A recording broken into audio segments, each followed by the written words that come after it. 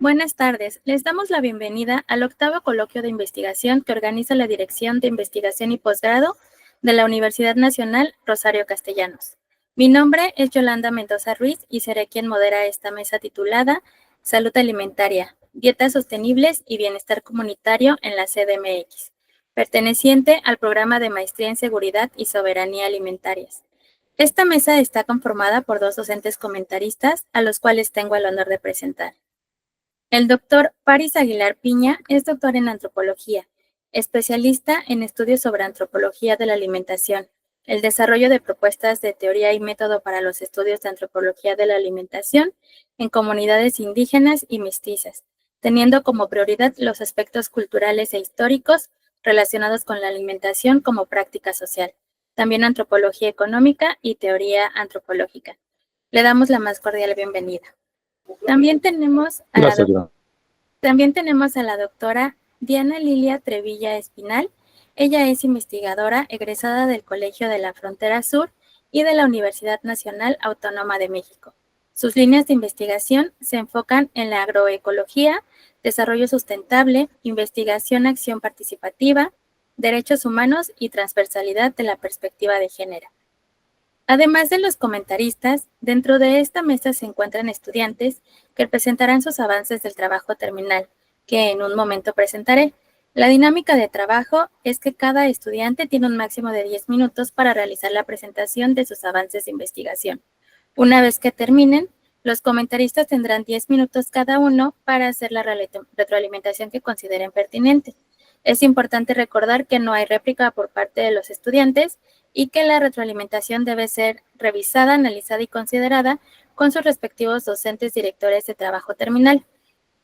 Cuando estén ya los 8 minutos, voy a levantar la mano para que ustedes identifiquen el sonido. Esto quiere decir que ya solamente quedan 2 minutos para que vayan cerrando. ¿Ok? Si en algún momento se requiere que hagan alguna pregunta, solamente puede ser una pregunta que los estudiantes puedan decir sí o no, ya que no tienen derecho de réplica, si es que surge alguna duda que tengan que revisar. Y bueno, vamos a iniciar con nuestro primer estudiante, que es Axel Roberto Cala Saldaña, que presentará su trabajo titulado Patrones alimentarios de estudiantes de la Universidad Autónoma de la Ciudad de México y su relación con la dieta sustentable, saludable y sostenible. Adelante, por favor. Muchas gracias. Buenas tardes a todos. Voy a compartir la pantalla, la presentación.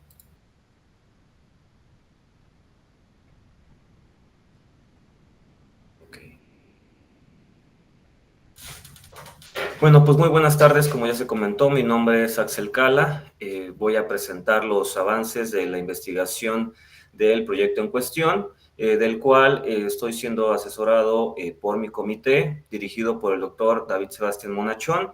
He integrado el comité asesor por la doctora Ayari Pasquier Merino y la doctora Nelly Flores Pacheco. Bueno, es necesario contextualizar un poco dentro del planteamiento del problema para poder aterrizar el objetivo de la investigación. Y empezaré comentando o mencionando lo que ha pasado en las últimas décadas en cuanto a esta relación de los sistemas alimentarios y su exigencia sobre los recursos naturales a nivel tanto nacional como global. Cada vez se exige mayor cantidad de recursos naturales, como es el agua, como es la tierra, para poder responder a las dietas actuales que tenemos en el país o a nivel mundial, las cuales son consideradas como dietas desequilibradas o también llamadas como dieta occidental, que se caracterizan por un alto consumo de alimentos con baja calidad nutricional y que también a través del proceso de producción conlleva, como ya lo mencioné, un alto requerimiento de recursos, ¿no? También se puede tener una huella de emisión de dióxido de carbono o de equivalentes de dióxido de carbono, lo cual conlleva toda una gama o un grupo de factores que impactan directamente tanto en la salud ecológica como en la salud humana, ¿no? A la par de que este tipo de dietas, pues bueno, también repercute en el desarrollo de enfermedades crónicas no transmisibles. Ante esta situación, diversos organismos se han pronunciado. Uno entre estos organismos es la Comisión ID, que ha propuesto a través de su trabajo titulado Food Planet Health, una serie de recomendaciones que incluye, o podríamos resumir, en dos pilares principales. Por un lado, una mayor producción de alimentos, pero con características sostenibles, un sistema de producción de alimentos que sea amable con el ambiente, que también repercuta hacia aspectos como el aspecto social, el aspecto económico de las personas, y por otro lado también una serie de recomendaciones de consumo de ciertos tipos de alimentos que incida directamente en la salud de las personas o que la pueda optimizar. Estas recomendaciones, esta última recomendación sobre el consumo de alimentos, ellos lo han titulado como la Healthy Reference Diet, o que se ha también traducido como la dieta saludable y sostenible, que se caracteriza principalmente por un alto consumo de alimentos de origen vegetal, como son frutas, verduras, cereales integrales, y un bajo consumo de alimentos de origen animal. Un bajo consumo a un grado en el que se propone de que alimentos como la carne de res se tenga un consumo diario que puede ir desde 0 hasta 50 gramos, ¿no? Este tipo de recomendaciones se ha buscado replicar en diferentes países, y México no ha sido la excepción.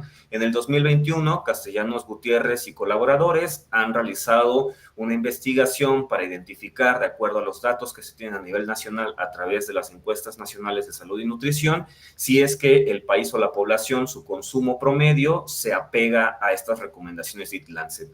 ¿Cuáles han sido las conclusiones? Que México se encuentra lejos de ese tipo de recomendaciones por el alto consumo de alimentos de origen animal, así como un bajo consumo de cereales, de verduras, de frutas, y lo que ellos proponen es que se logre un equilibrio, una propuesta que también tenga un poco de los matices de las recomendaciones de Lancet, así como del promedio de consumo de las personas, para que todo esto sea más adecuado, o sea adecuado para su implementación en el país. Esta dieta justamente saludable y sostenible y adaptada para México es el resultado de esta investigación.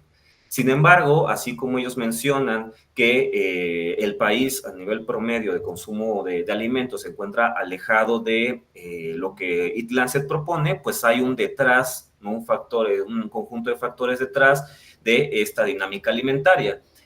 Como bien sabemos, la alimentación o el acto alimentario, perdón, se puede configurar o se puede regir por diferentes factores, ¿no? Los cuales pueden ser como el sexo, la salud, las cuestiones económicas, la disponibilidad y accesibilidad a los alimentos, inclusive también la parte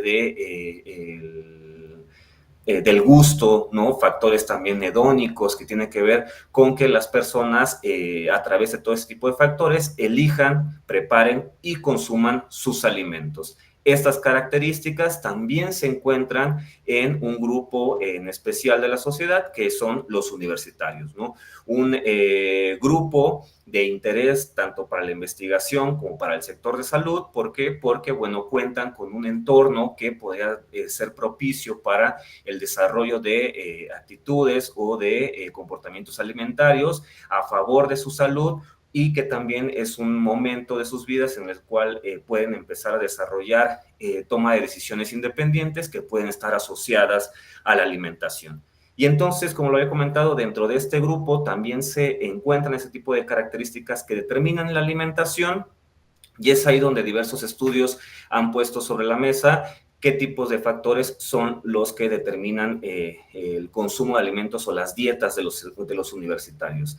Sprague y colaboradores en 2018 menciona que el principal factor de un grupo de estudiantes universitarios fue el ingreso económico, y que eso determina o moldea la elección de los alimentos durante su horario de clases.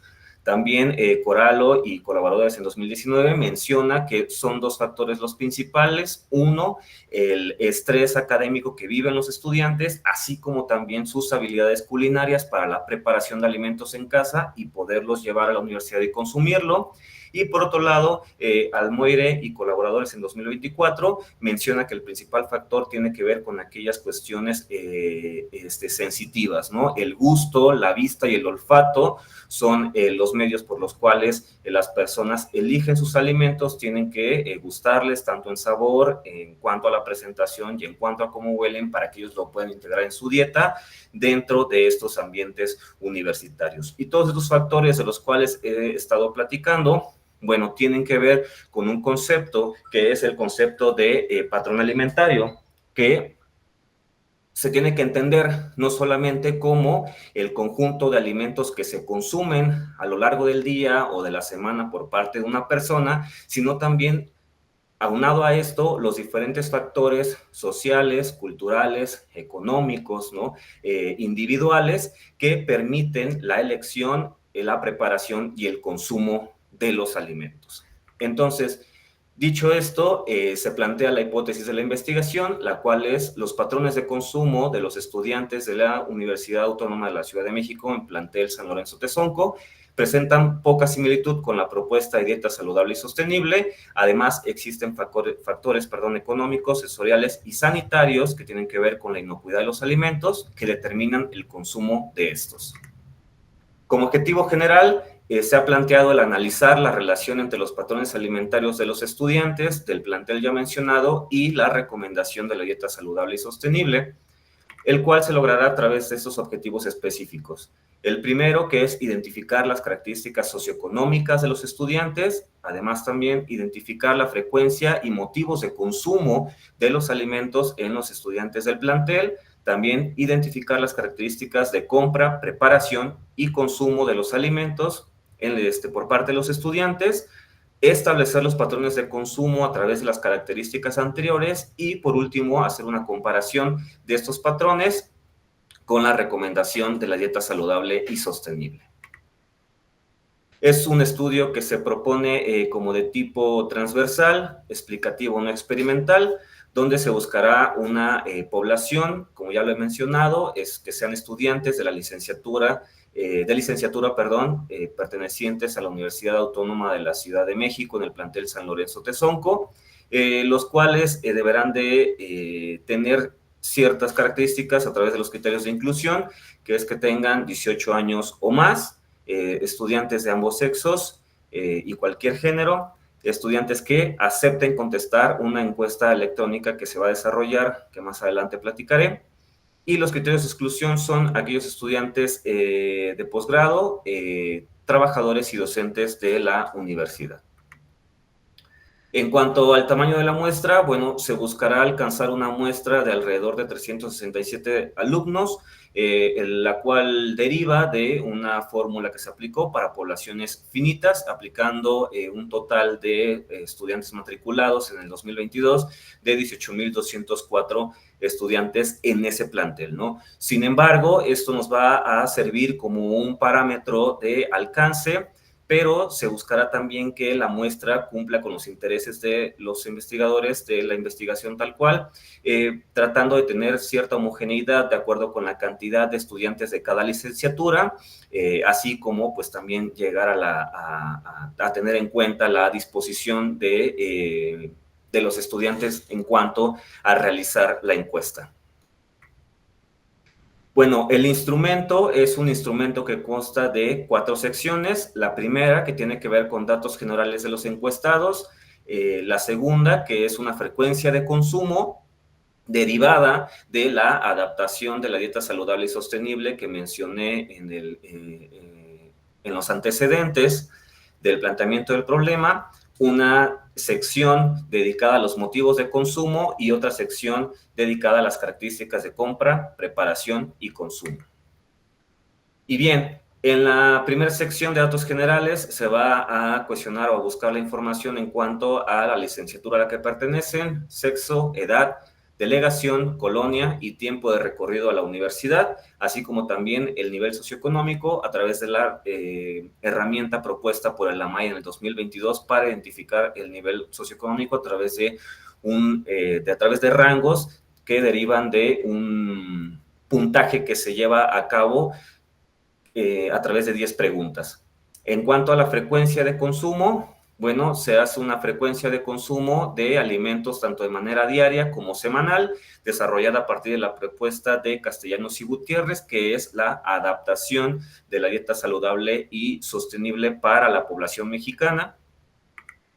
En cuanto a los motivos de consumo, se va a adaptar la herramienta Food Choice Questionary para el consumo de productos orgánicos, propuesta por Espinosa y colaboradores en 2017. Esta herramienta ya ha sido aplicada en diversas poblaciones, se ha utilizado ya en diversos estudios y se compone de 10 secciones. La primera, que tiene que ver con preguntas relacionadas a si el interés en cuanto al contenido nutricional determina el consumo de cierto alimento de la dieta, lo mismo para los aspectos sensoriales, el origen natural, aspectos económicos, la salud, familiaridad, preocupaciones ecológicas, intenciones éticas, disponibilidad y uso, y por último, seguridad sanitaria o inocuidad. Y Ok, por último... vamos a iniciar ya con la ronda de retroalimentación. Ya pasaron los 10 minutos. Disculpa, sí, es que... Ok. Ok, vamos a iniciar, por favor, dándole la palabra al doctor París Aguilar. Adelante, por favor. Gracias, ¿qué tal? Gracias, Axel, muy amable. Gracias por la claridad también de tu exposición. Espero que mis comentarios también abonen al apoyo del problema, sobre todo correspondiendo con la claridad con la que expusiste, ¿no? Mira, yo veo un trabajo, una propuesta de trabajo interesante, clara en principio, pero más que un problema de investigación, veo más bien un afán de diagnóstico que no está mal, o sea, creo que está bien, pues, pero creo que el problema es que de pronto estas investigaciones que se ubican mucho en la lógica de la diagnosis parten de situaciones muy controladas. Y justamente una de las cosas que creo que tienes enfrente a ti es a una población muy problemática, que es la población de la Autónoma de la Ciudad de México y justo el plantel San Lorenzo Tezonco.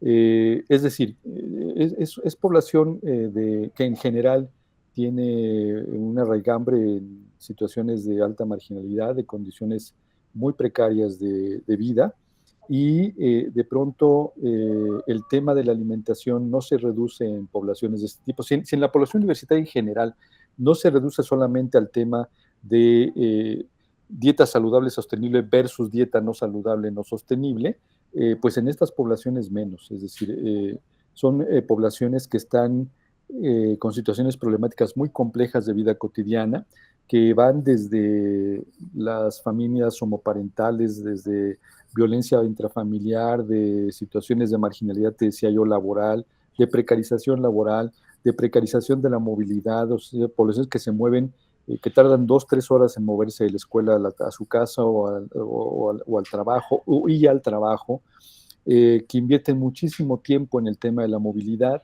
y que evidentemente el problema de la alimentación para ellos no es un problema simplemente de elección, sino es un problema de condición.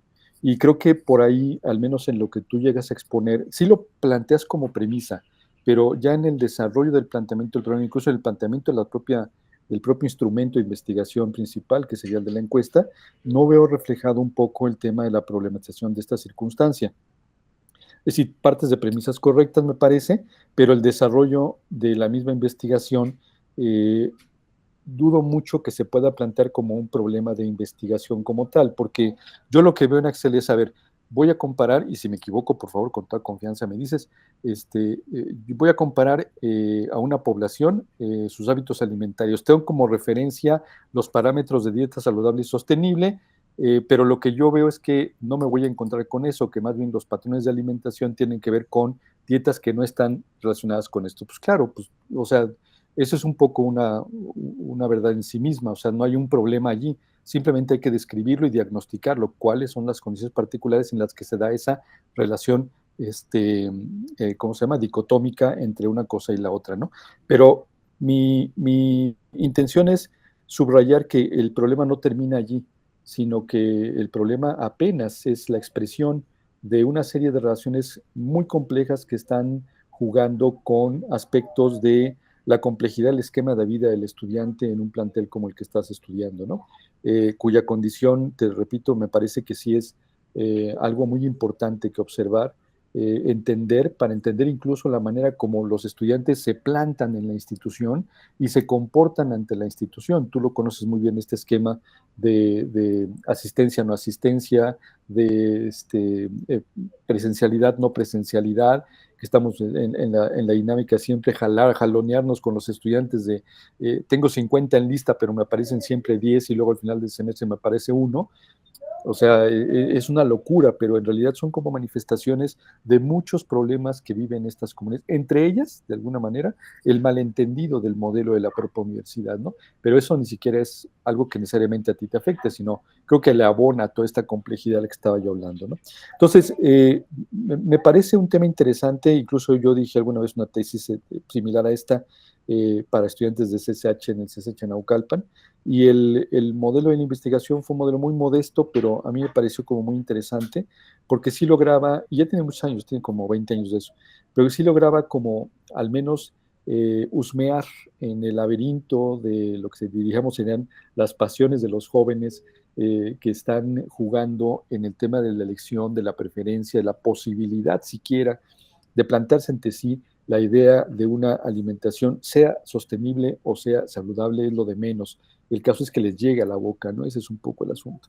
Entonces, entiendo que tu modelo está muy construido desde una perspectiva como de la ciencia de la salud, y yo no tengo nada contra la ciencia de la salud, al contrario, yo dialogo mucho con colegas de estas áreas, tengo muchas cosas que dialogar con ellos, pero el único problema es que creo que cuando problematizan, ya no alcanzan como a vislumbrar las complejidades de la vida social, las condiciones históricas de vida material que las poblaciones tienen frente a sí. Y entonces el tema de la elección de la alimentación en términos saludables o no saludables se vuelve en realidad algo muy secundario, terciario, y eso creo que es lo que abonaría, me parece mucho, a tu problematización. Es decir, tengo ante mí los esquemas de dieta saludable y sostenible y los no saludables y no sostenibles, pero tengo una población que tiene una serie de circunstancias de la cual tengo que hablar y tengo que descubrir para entender cómo se enfrentan ante esa situación, ante esa dicotomía, ¿no? Nada más, Axel, por lo demás me parece un trabajo muy claramente expuesto, te agradezco mucho eso, y ya no quito más el tiempo para darle también espacio a Diana, por favor. Gracias. Muchas gracias, doctor. Vamos a darle la palabra ahora a la doctora Diana Lilia Trevilla Espinal. Gracias, Axel, por tu presentación. También me parece que está muy estructurada. Me parece que en términos como de los apartados va construyéndose de una manera muy lógica y coherente. Entonces eso se valora muchísimo, ¿no? Porque también la claridad con la que expones, pues como que nos va llevando hacia desde dónde partió y en qué punto estás. Y metodológicamente también se ve que estás construyendo una propuesta sólida.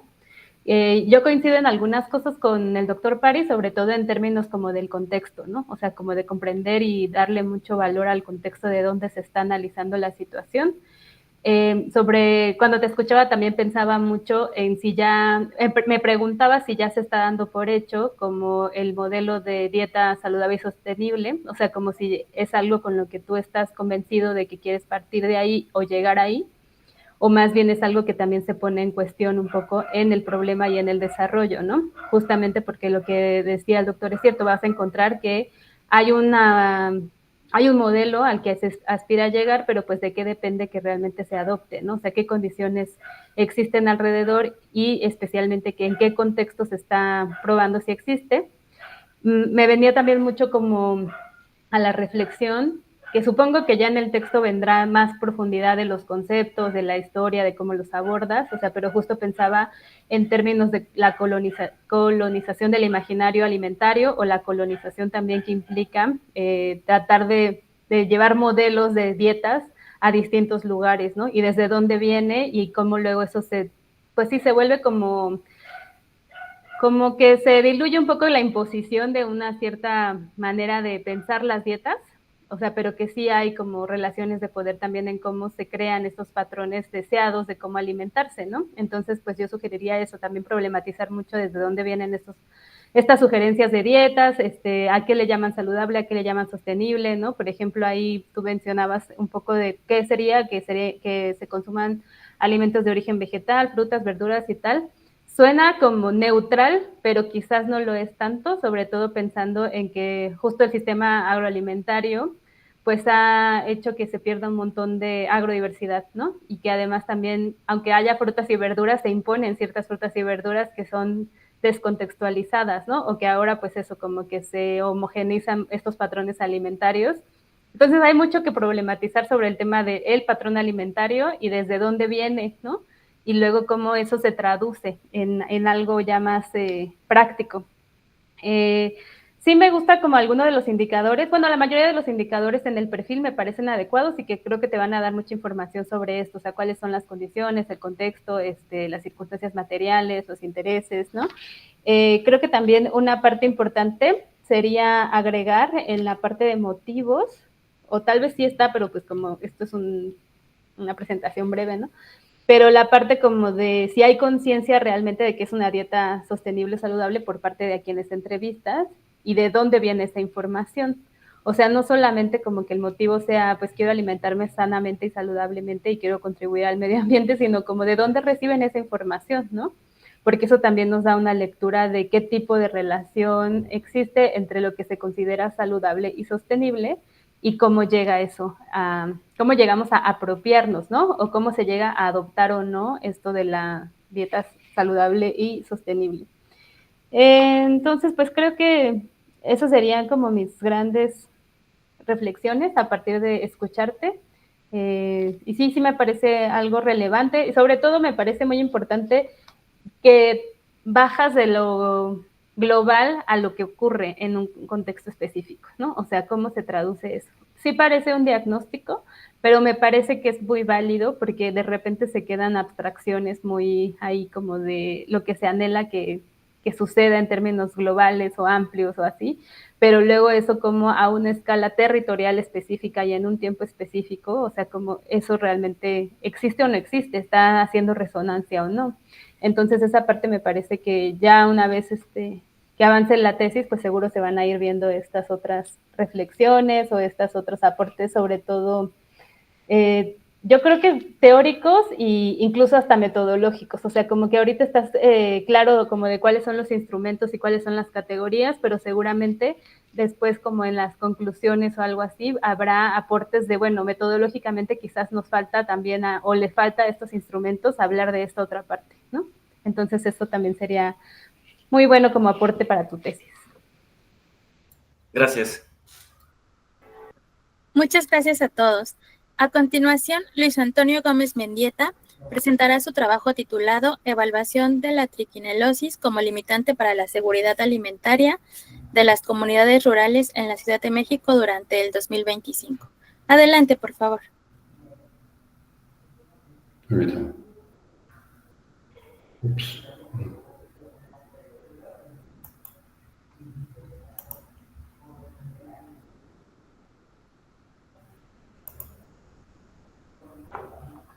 Ahora no la veo, oiga.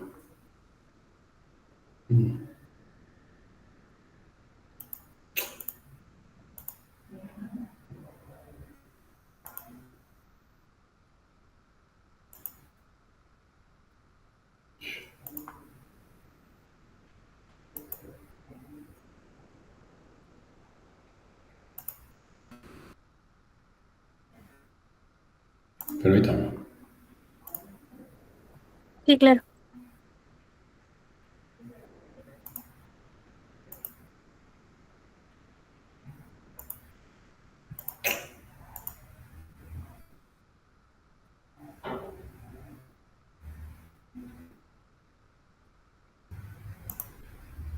Ahí se ve, disculpe.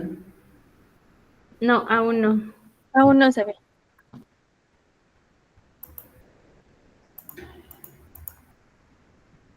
Algo pasó que no lo encuentro.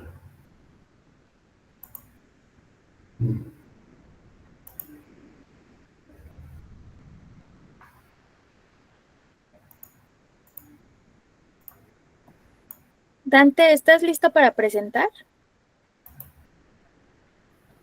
Sí, Ok, entonces, si quieres, vamos a iniciar con tu presentación, en lo que Luis Antonio encuentra la suya. Sí, gracias. Perdón. Perfecto. Entonces, vamos a darle la palabra a Dante Beltrán Calva, que presentará su trabajo titulado La trascendencia en la calidad de vida de las personas que participan en los talleres y actividades del Huerto de Tlatelolco. Adelante, por favor, Dante.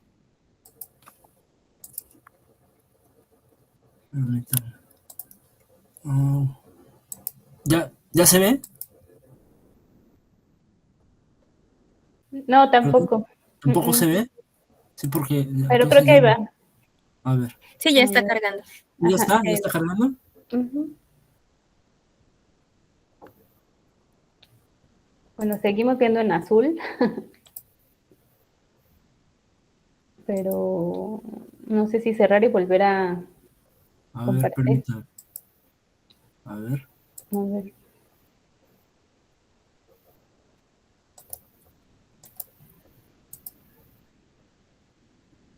¿Ya se ve? No, Ya lo estoy presentando. ahí dice comenzó a presentar. A lo mejor Bien. es una cosa como de esperar tantito. Sí.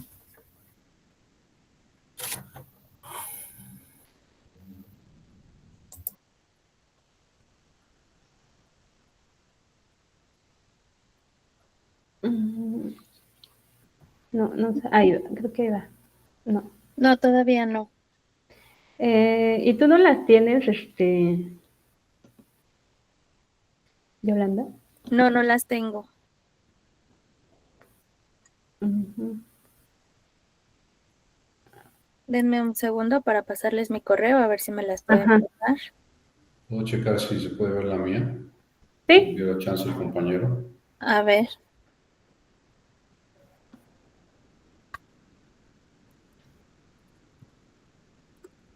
Usted me indique, por favor. De Ahorita acuerdo. no sale nada, ¿eh?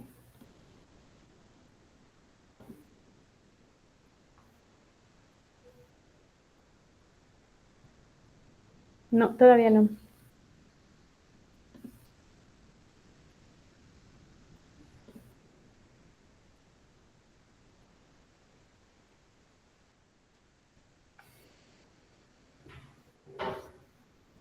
Ya les puse en el chat mi correo electrónico para que por favor me manden las presentaciones, a ver si las puedo proyectar desde acá.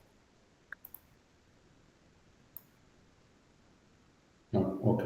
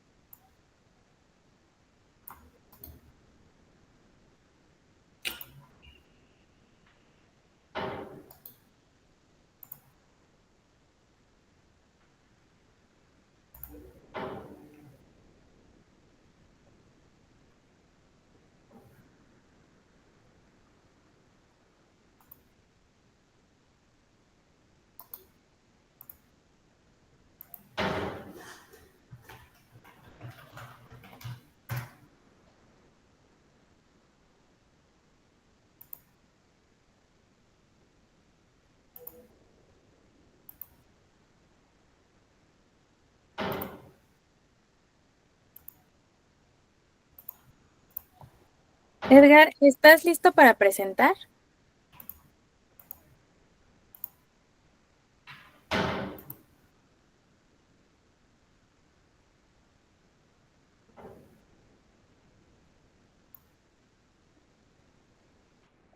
Sí, A ver, vamos a hacer hago, el intento, por hago favor. la prueba. Sí, por favor.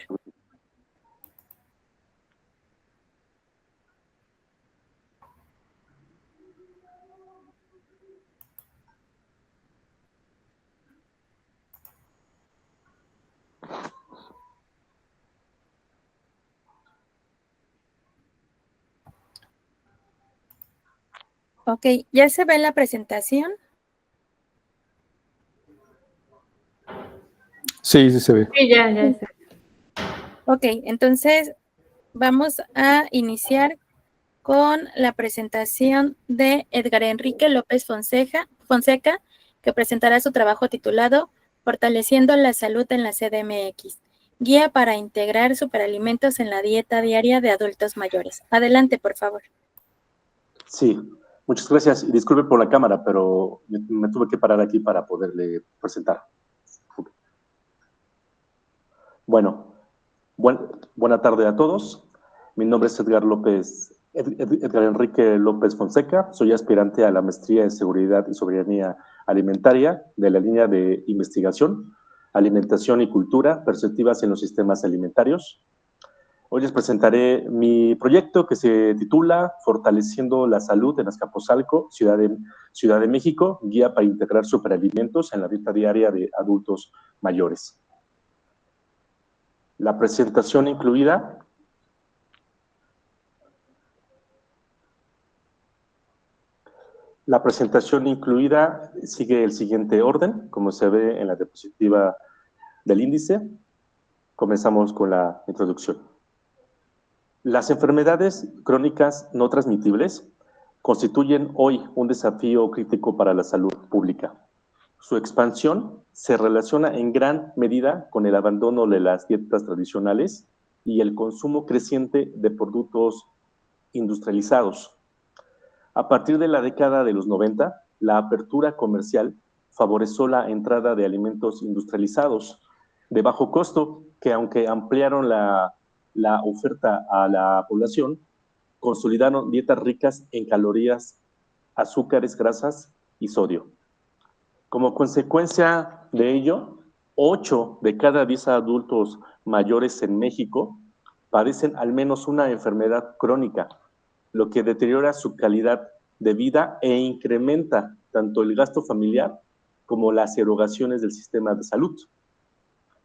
En 1992, en la Conferencia Internacional sobre Nutrición realizada por la FAO y la OMS, incorporó por primera vez a las enfermedades crónico-degenerativas no transmitibles y se cambió el enfoque que hasta ese momento estaba basado en nutrientes a alimentos, por lo que hoy en día se trabajan en políticas públicas basadas en alimentos que sean relevantes en la cultura y el estilo de vida de la población.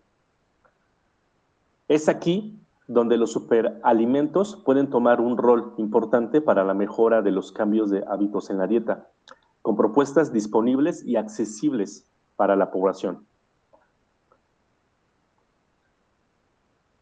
Estado de arte. En México, las personas mayores de 60 años representan actualmente el 9.6% de la población total, según INEGI 2020. Según proyecciones del Consejo de la Población, CONAPO 2023, esta proporción se triplicará para el 2050, alcanzando niveles comparables con países europeos como es España, donde el índice de envejecimiento actual supera el 120%. En México, los adultos mayores enfrentan una alarmante prevalencia de las enfermedades crónicas.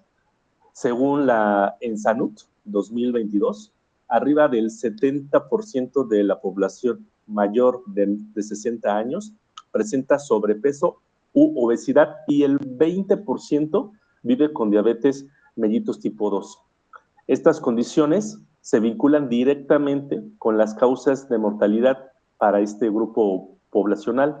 Dentro de las principales son enfermedades crónicas no transmitibles como enfermedades cardiovasculares, diabetes mellitus y diversos tipos de cáncer. Sumado a todo esto, es la vulnerabilidad fisiológica de esta población. Como por ya parte del proceso de envejecimiento, sufren cambios en la absorción de nutrientes que afectan la densidad ósea, la masa muscular y la actividad cognitiva.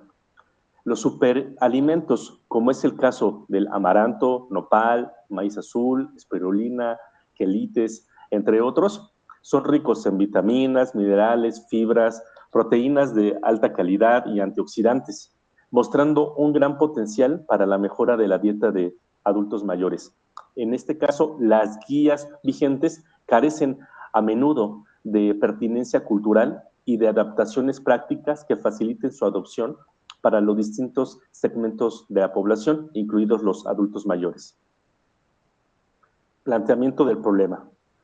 Las políticas alimentarias han priorizado el acceso a alimentos sobre la calidad nutricional, favoreciendo una dieta rica en azúcares, grasas y sodio. Esto ha contribuido al aumento de enfermedades crónicas como diabetes, hipertensión, obesidad, enfermedades cardiovasculares, particularmente en poblaciones vulnerables como adultos mayores, quienes además enfrentan una carga económica significativa debido a los tratamientos médicos y la alimentación especializada que ya llevan ellos.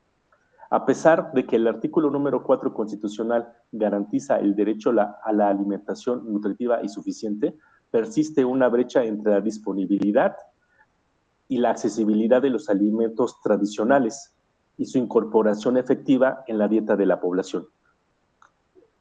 Por ello, se requieren sumar estrategias como la que se propone aquí, que sean culturalmente relevantes, accesibles y preventivas.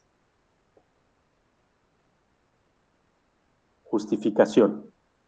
La política alimentaria actual ha favorecido el consumo de productos ultraprocesados que representan más del 50% de la ingesta calórica nacional, según Ensanud 2022, generando entornos obesogénicos que afectan gravemente a los adultos mayores con altos índices de enfermedades crónicas. Esta investigación propone una estrategia preventiva, económicamente viable y culturalmente significativa. Promueve superalimentos locales que pueden reducir complicaciones metabólicas. Son hasta el 60% más baratos que los productos industrializados y son reconocidos por más del 80% de los adultos mayores como parte de su tradición. Así, se revitalizará el patrimonio alimentario y se puede fortalecer la soberanía alimentaria urbana. Como pregunta de investigación, aquí propongo la siguiente. ¿Cómo pueden integrarse los superalimentos disponibles y accesibles en una guía alimentaria dirigida a adultos mayores, que sea aplicable a su dieta diaria y contribuya a la prevención de enfermedades crónicas no transmisibles? La hipótesis de mi trabajo: elaborar una guía alimentaria que fomente el consumo de superalimentos disponibles y accesibles para adultos mayores de Azcapotzalco, Ciudad de México, enfocada en la prevención de enfermedades, con hábitos alimenticios saludables en concordancia con los principios de la soberanía alimentaria. Ahora sí, como objetivo general, elaborar una guía alimentaria que fomente el consumo de superalimentos disponibles y accesibles para adultos mayores en Azcapotzalco, Ciudad de México, enfocada en la prevención de enfermedades crónicas degenerativas o no transmitibles mediante recomendaciones dentro de su dieta, como lo plantean las guías alimentarias.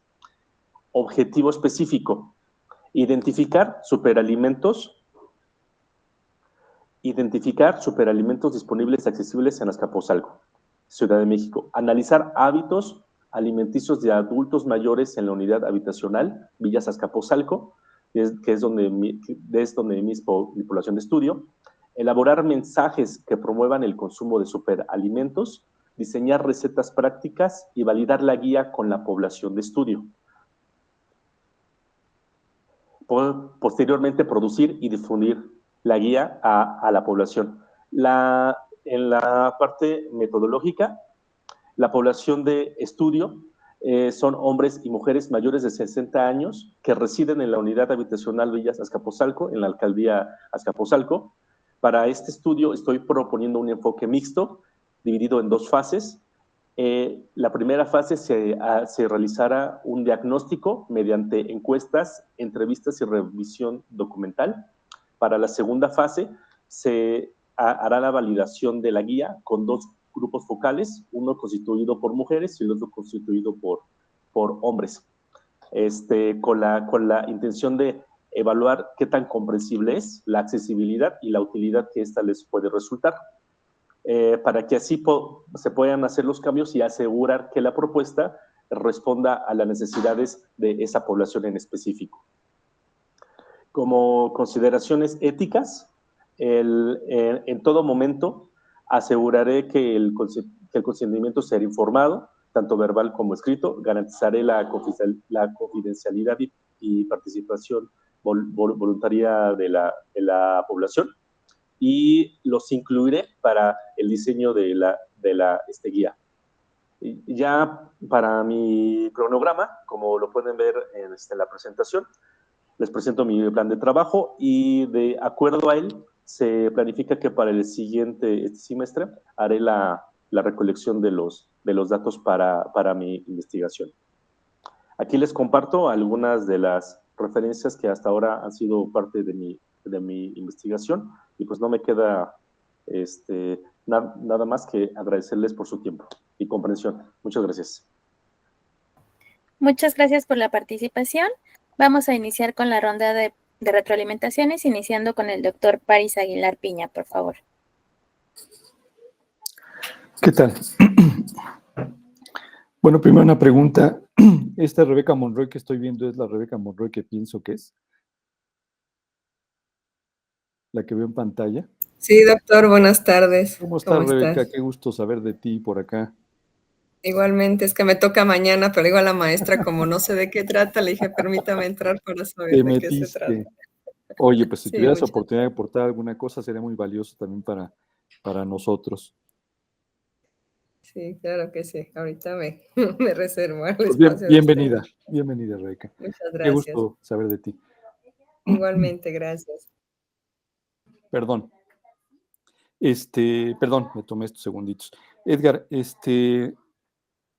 bueno, a mí me parece que el planteamiento es igual un planteamiento sencillo, modesto, organizado, pero yo tendría algunas asegúnes sobre los criterios de punto de partida, otra vez, que tienen que ver con el concepto de superalimentos.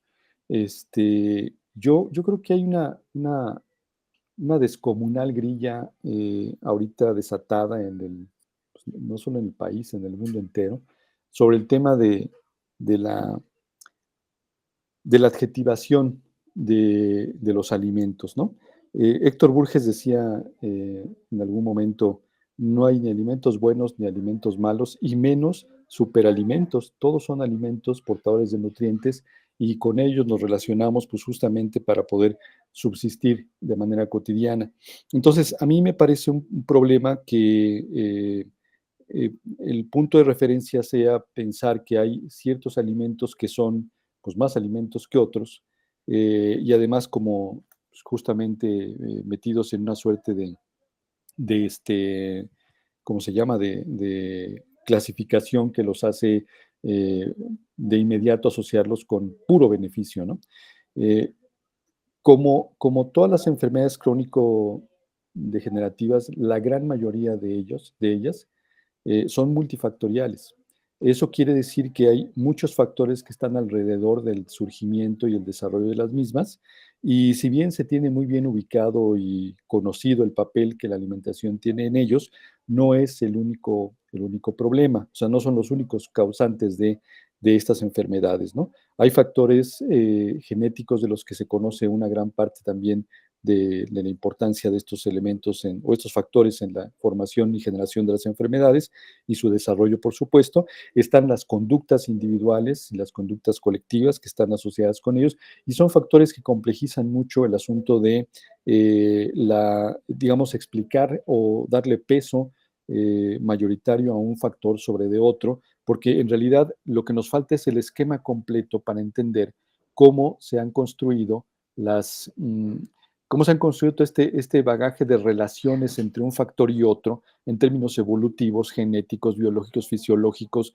de hábitos, de costumbres, para decir, bueno, la diabetes mellitus, por ejemplo, el cáncer tiene su origen aquí, pero se fortalece por esto, se refuerza por esto otro. Es posible que se revierte este factor de tal manera, entonces podemos revertir o paliar efectos, Eso es muy complejo tenerlo, incluso si es complejo tenerlo para los científicos que se ocupan del entendimiento de estos procesos, pues es mucho más complejo para la gente en su vida cotidiana tratar de identificar todos estos factores. Entonces me parece que el concepto de superalimentos está metiendo mucho ruido ahí en el planteamiento, porque entonces parece que, como les decía, hay como alimentos muy, muy, muy, muy buenos y entonces hay que preferirlos siempre.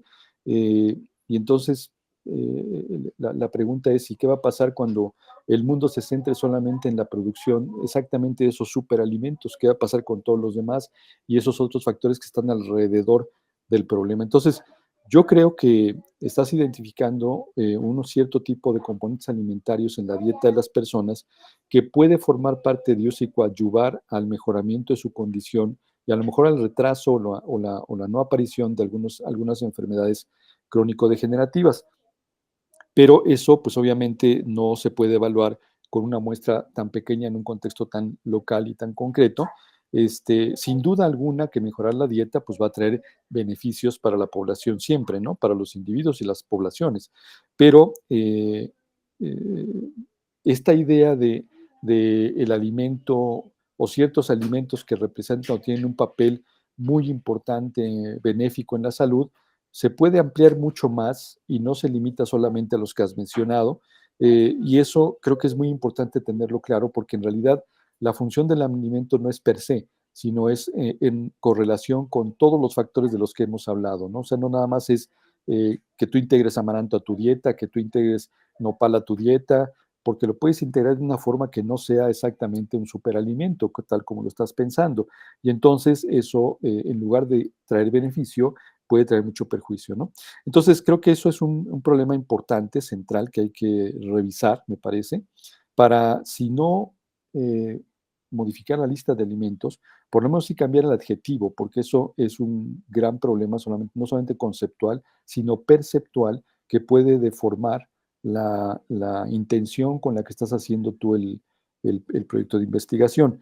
Creo que eso es muy importante y pasa también por la lógica de repensar el problema, porque le abona, más bien digo yo, a esa grilla más ideológica que funcional de los alimentos y la alimentación y la dieta, que hoy recorre como un fantasma todos los contextos de la vida cotidiana de las personas, ¿no? Entonces estamos en una vorágine en la cual tenemos que estar como palomeando, identificando siempre los mejores alimentos, las mejores actividades, pero ¿qué vamos a hacer si hacemos todo esto y de todos modos nos da diabetes, cáncer o lo que tú quieras, ¿no? ¿Cómo nos lo explicamos a nosotros mismos individualmente? Porque tampoco garantiza necesariamente, precisamente por su multifactorialidad, que el que tú mejores una cosa necesariamente se va a retribuir en la no aparición de estos. Que bajan las tendencias, que se modifican, claro que sí, eso perfectamente está medido y muy claro y claramente comprobado, pero puede que no. Entonces, en ese puede que no, pues también se pueden estar jugando muchas cosas y es el problema de pensar ideológicamente a los alimentos y no pensarlos en tanto su propia función. Entonces, creo que eso es más bien como para que le reflexiones un poco en el planteamiento inicial. No estoy diciendo que tu trabajo no esté bien hecho, solo digo es que hay un prejuicio de entrada sobre el cual creo que hay que repensarlo. Y bueno, pues con esto cierro mi intervención. Espero te sea de utilidad. Gracias. Muchas gracias. Continuamos, por favor, con la participación de la doctora Diana Trevilla. Gracias. Bueno, yo tengo pocos comentarios porque creo que más bien tengo cuestionamientos. O sea, justo me pregunto de qué dependería. O sea, esta es una propuesta que lo que busca es promover, o sea, busca el bienestar, ¿no? De los adultos mayores y busca el bienestar en términos de salud y de alimentación. Y aspira a dar como una recomendación y una promoción a través de una guía. Pero yo me quedé pensando, o sea, si todo saliera conforme a tu plan metodológico y si consideráramos a los superalimentos como una alternativa, como que me quedé pensando, ¿qué faltaría en tu investigación para identificar las dificultades de adoptar esa guía? Porque a lo mejor tú identificas así, estos son los superalimentos disponibles y estos son los que recomiendo, ¿no? Pero entonces como que yo digo, ¿y luego cómo se le haría para evaluar esa adopción en los adultos mayores de tu muestra, ¿no? ¿Qué otros elementos estarían ahí rondando? Porque guías hay un montón, o sea, incluso recetarios hay un montón, información hay un montón. El tema también es o sea, lo crítico o lo... Sí, algo que sí sería un hallazgo es qué permite y qué no permite adoptar ese tipo de sugerencias, ¿no? Especialmente en los adultos mayores, porque además los adultos mayores pues han pasado por distintos cambios a lo largo de su vida en los sistemas alimentarios, pero también en el sistema económico, ¿no?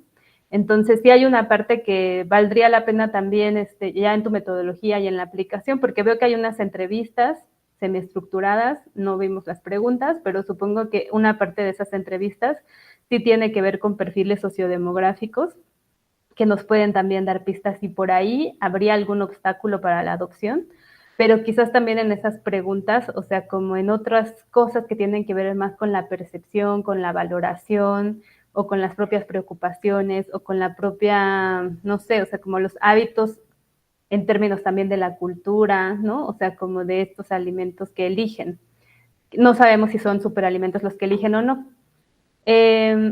También pensaba como que hay factores que tienen que ver con la accesibilidad y la disponibilidad. O sea, que a lo mejor tú sugieres y que o sea, también me parece importante esa propuesta que haces, ¿no? O sea, para fortalecer la economía local, pero eso es algo como muy, es una apuesta grande, ¿no? O sea, como que además de que les des una guía, ellos consuman localmente.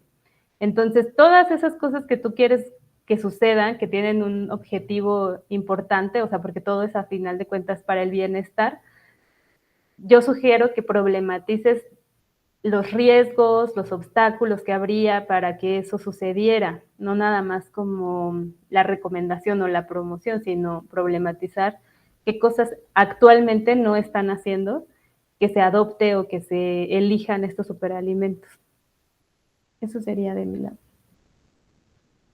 Muchas gracias, doctora.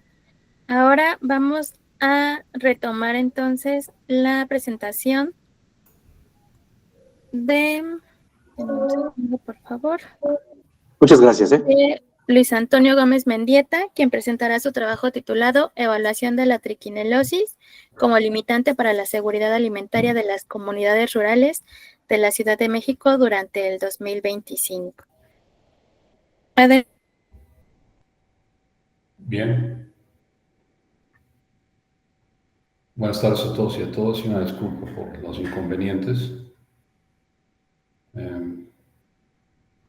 Ok, ya está ahí la presentación, muchas gracias. Bueno, yo les voy a presentar el trabajo de investigación que requiero para terminar, para titularme y... no sé si ya está en presentación, perdón. Apenas se ve el PDF, pero no sé si ustedes lo ven expandido, porque yo no.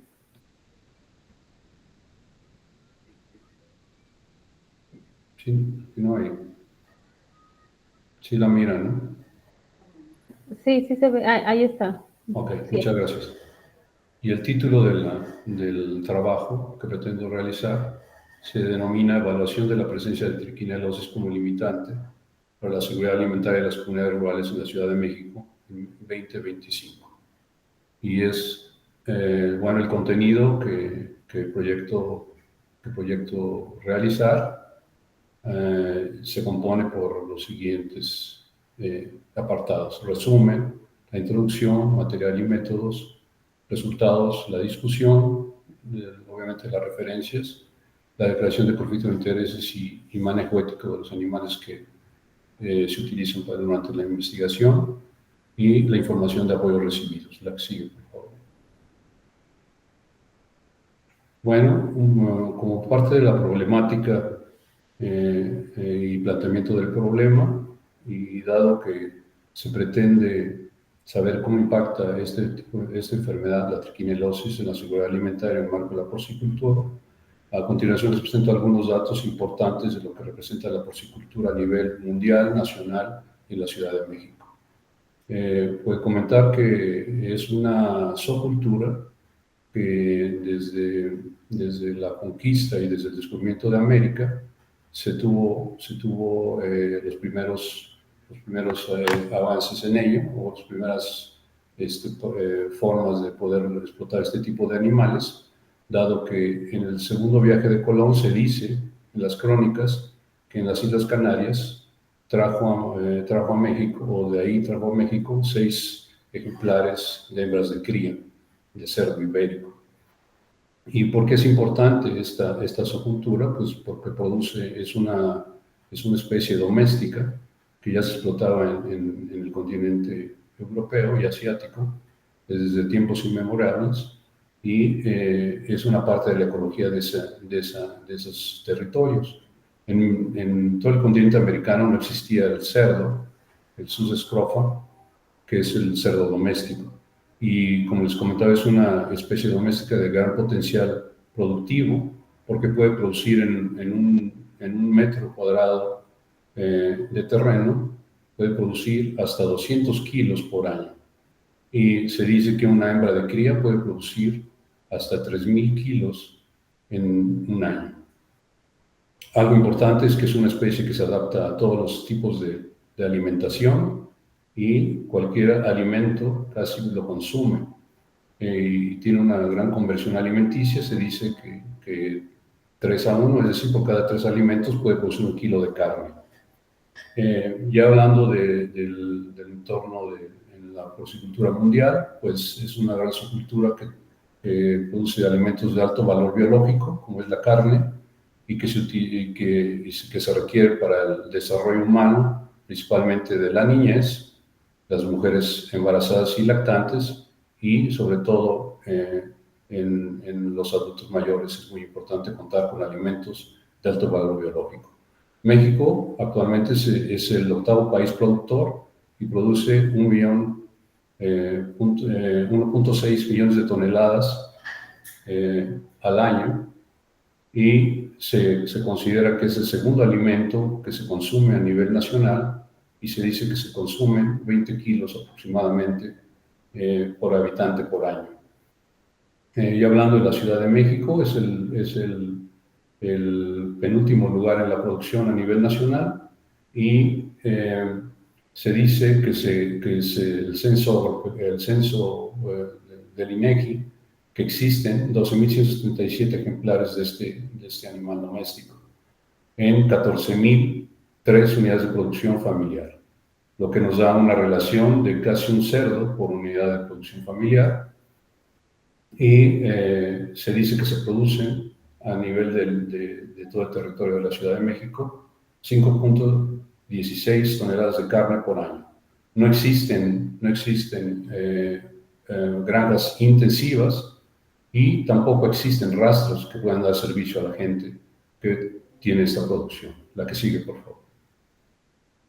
Bueno, con este contexto y hablando de los impactos de las enfermedades en la producción pecuaria, aquí les muestro lo que es la inversión que se realiza a nivel mundial en todos los aspectos que se refieren a la sanidad y la inocuidad alimentaria. Se dice que se gastan 24.000 millones en la producción animal, solamente para el control de las enfermedades.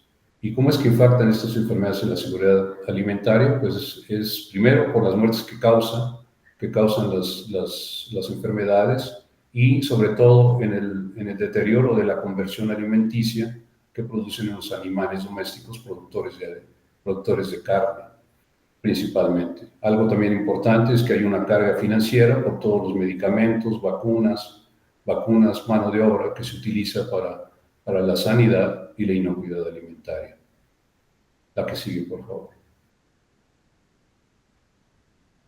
Y hablando de lo particular de la triquinelosis, que es comentar que es una enfermedad zoonótica alimentaria parasitaria, y según la Organización Mundial de la Salud se considera como una enfermedad desatendida.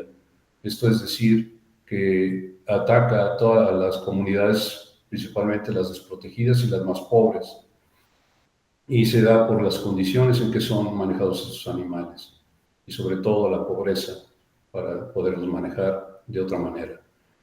Bueno, hablando de la triquinelosis, es una enfermedad que es parasitaria, que es producida por el nemátodo, que es un gusano cilíndrico, Trichinella, y se considera endémica en 55 países, en todos los continentes, excepto en la Antártica, donde no se tienen registros de ello. Para el caso de México, existen entre 15 y 19 estados donde se considera endémica también, y se han detectado 3 especies de este nematodo.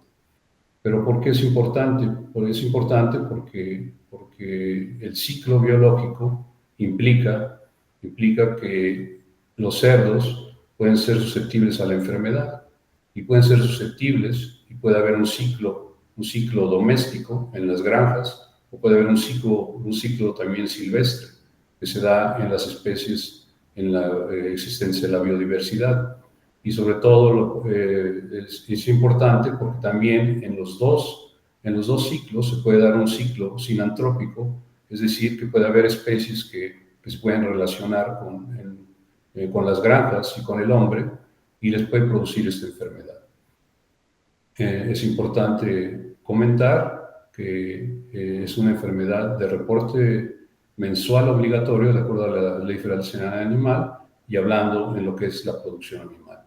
Algo importante es que también impacta no solo en la producción de animales vivos, sino también en los alimentos que se producen de ellos al manipularlos, como por ejemplo con chorizos. Y aquí les muestro 2 casos que se detectaron en España después de haber consumido alimentos que estaban infectados del parásito.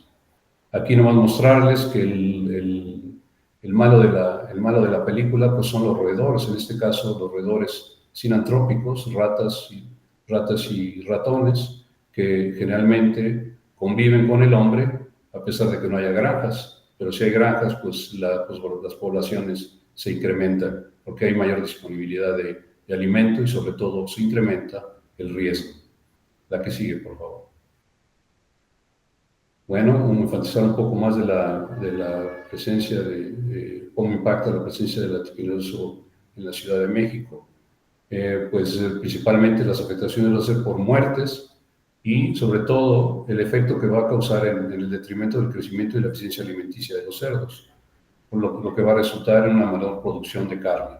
Y sobre todo, hablando de seguridad alimentaria, es que afecta 100% a la inocuidad, que es una parte importante de este precepto. Algo importante es que en México existen datos de boletín epidemiológico que en el hombre existe la infección, pero en la porcicultura familiar no se ha reportado hasta el momento en la Ciudad de México. La que sigue, por favor.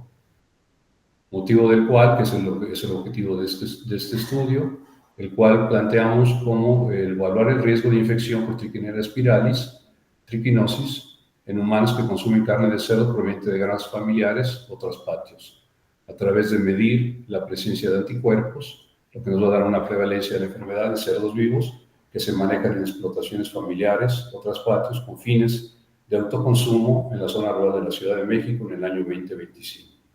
La que sigue, por favor. Y la pregunta de investigación que me planteo es: ¿cuál es el riesgo de infección de triquinosis en humanos que consumen carne de cerdo y sus derivados en la zona rural de la Ciudad de México? Y la hipótesis que planteo es que existe riesgo de infección por triquinosis en humanos que consumen carne de cerdo y sus derivados en zonas rurales de la Ciudad de México, porque existen explotaciones familiares de cerdos con manejo sanitario y bioseguridad deficiente. La que sigue, por favor. Bueno, para esto planteo como materiales estratégicos, pues conseguir muestras de sangre completa provenientes de cerdos vivos manejados en unidades de producción familiar ubicados en las zonas rurales de las cercanías de la Ciudad de México durante el año 2025. Allí hago un listado de los materiales que se requieren para la colecta de muestra, como son tubos vacutainers, agujas vacutainers, microtubos para congelación de suero, hieleras de unicel, refrigerantes en hierba azul para conservación de muestras, material de empaque, esteras de seguridad para el personal que va a hacer la colecta de muestras, también jabón, desinfectante para el uso antes y después, equipo para el manejo de los animales, un botiquín de primeros auxilios y dispositivos para la disposición final de residuos biológicos infecciosos. RP-Base. La que sigue, por favor. Bueno, también ya hablando del marco metodológico, pues se pretende hacer también un cuestionario donde vamos a tratar de medir cuál es la bioseguridad y de las unidades de producción en traspatio y cómo va y cómo se puede relacionar en un momento dado con los hallazgos que tengamos de las muestras de los animales vivos. Y para esto, pues nuestra metodología está basada en un método oficial que se utiliza para el monitoreo de enfermedades en cerdos, principalmente de enfermedad de Oyeski y fiebre porcina clásica, y en el cual son enfermedades que impactan directamente a la producción. Bueno, algo importante, ya tenemos el tamaño mínimo de muestra, que se los muestro aquí. Van a ser 37 unidades de producción con 185 muestras. La que sigue, por favor. Continuando con la metodología, voy a hacer un muestreo en etapas, de acuerdo a las muestras de productores de las explotaciones familiares por alcaldía. Se va a calcular un tamaño mínimo de muestra, que ya se los dije, y va a ser utilizando una metodología del cálculo de tamaño mínimo de muestra, donde se utilizará este método con la finalidad de tener un 95% de nivel de confianza, y si se muestrarán 5 cerdos por cada unidad de producción, lo que nos da un total de 185 cerdos durante todo el trabajo. Bueno, estas muestras se trabajarán en el Laboratorio de Microbiología de Salud Humana de la Facultad de Estudios Superiores de Cuautitlán, en la Universidad Nacional Autónoma de México, y donde tenemos la disponibilidad de tener equipos de conservación de muestras, los lectores de la prueba diagnóstica, que es de ELISA, y tener insumos y reactivos para ello. La que sigue, por favor. Bueno, aquí se ve un poco borrosa, pero es el cronograma de actividades, donde lo amarillo es donde vamos hasta ahorita. Estamos por iniciar la colecta de muestras y obviamente el trabajo experimental en laboratorio.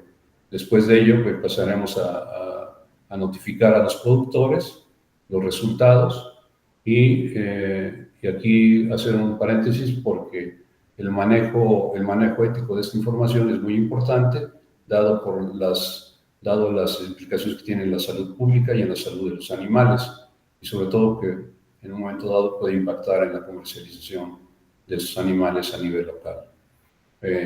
Después de eso se establecerá la evaluación de las pruebas, será el análisis y la interpretación de ellas, y con ello establecer ya el trabajo terminal. Con eso yo termino y yo les agradezco su tiempo y sus comentarios si los hubiera. Muchas gracias. Muchas gracias por la participación. Vamos a iniciar con la ronda de retroalimentaciones, iniciando con el doctor Paris Aguilar, por favor. Gracias, Yolanda. Gracias, Antonio.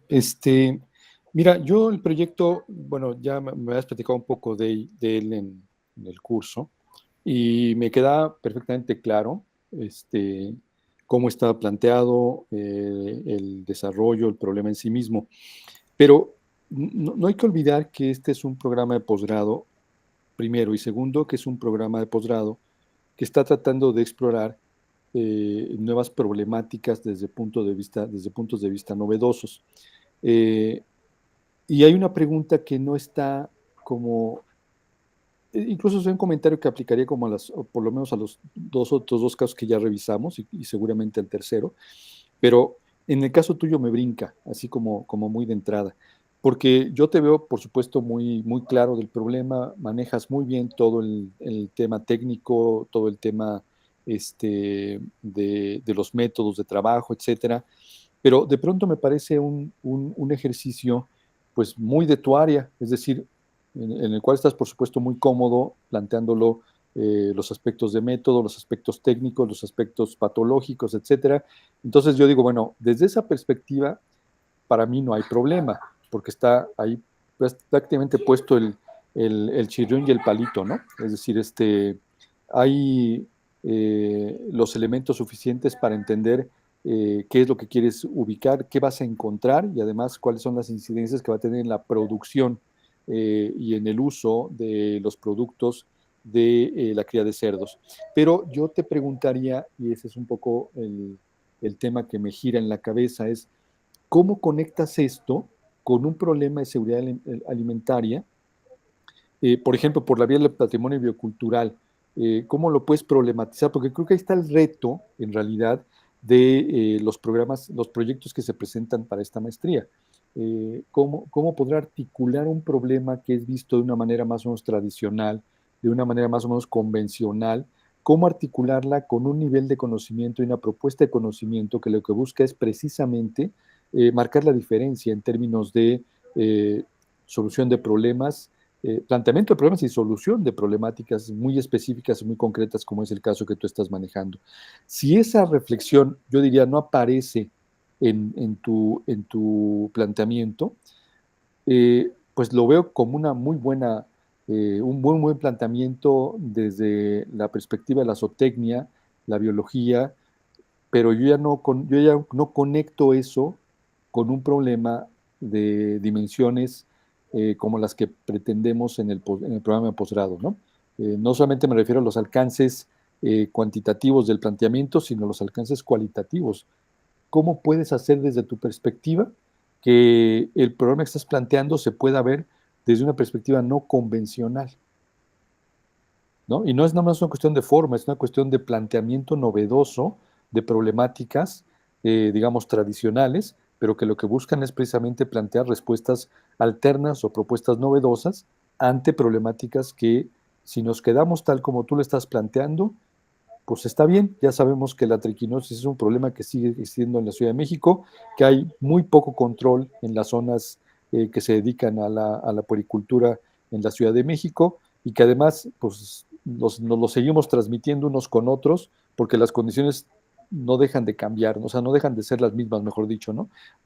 Básicamente en términos sanitarios, en términos fitosanitarios, y entonces, bueno, pues eso más o menos es previsible, pero yo lo que creo que es importante es esta incorporación de esta reflexión novedosa, que es creo que lo que sí le agregaría un plus sin duda a tu trabajo. Tienes todos los elementos de base.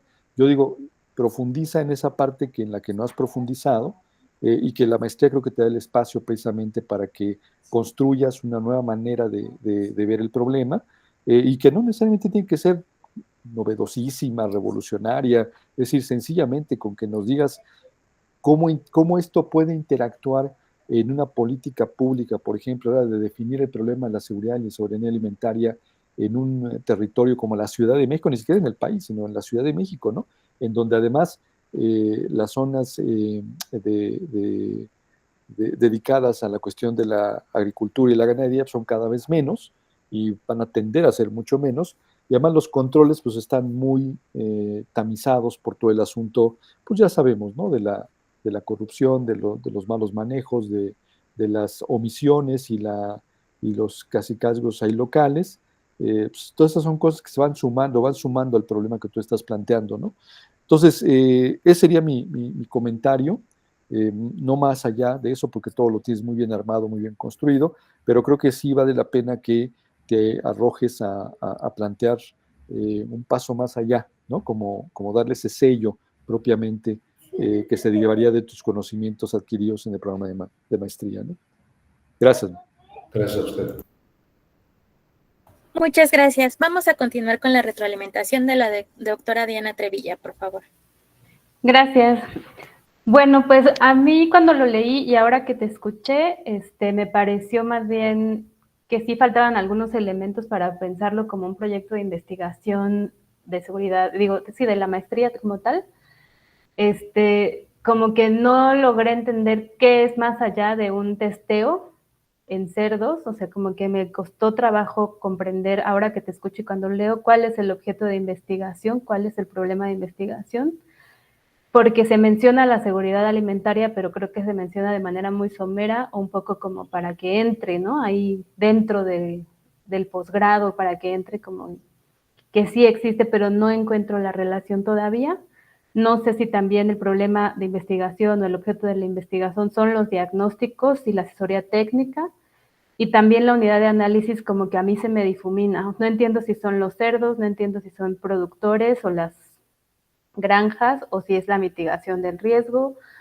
O sea, como que sí me quedé con varias cuestiones ahorita que te escuché y cuando leí. También no sé si después de tener las pruebas, qué es lo que sigue, si se detecta la presencia, aparte de la alerta temprana, ¿no?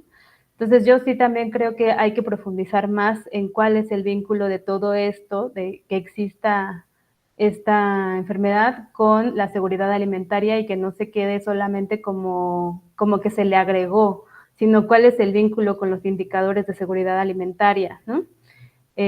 También pienso que si se problematiza incluso en la importancia que tienen los diagnósticos de este tipo y la asesoría técnica para la seguridad alimentaria, pues ahí sí veo un problema de investigación, y ahí sí veo la utilidad de que una vez que se obtengan estos resultados se justifique por qué se necesita seguirle apostando a estos resultados, o a estos testeos más bien antes que los resultados, y qué cosas faltan para que la gente también lo perciba, ¿no? O sea, que los productores y los consumidores lo perciban. Incluso me quedé pensando si este es un problema percibido por los productores y las productoras o no lo es, ¿no? Entonces, sí, como que a mí todavía se me hace que necesita afinarse mucho más para que no solamente se perciba como es un testeo de sangre en cerdos para ver si existe o no la enfermedad. Hasta ahí lo dejaría. Gracias. Muchas gracias.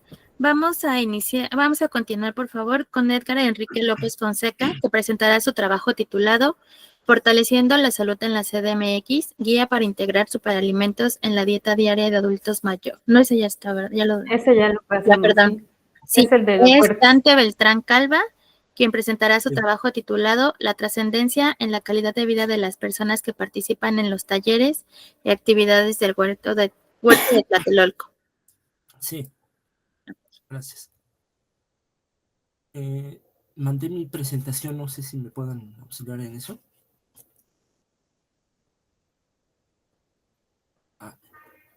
Gracias. Bien. Bueno, pues como me presento ante todos, yo soy Dante Beltrán Calva. Actualmente estoy cursando la maestría en seguridad y soberanía alimentaria, y mi tema es la trascendencia en la calidad de vida de las personas que participan en los talleres y las actividades de Huerto Tlatelolco. Entonces, pues como introducción, la siguiente, por favor, gracias.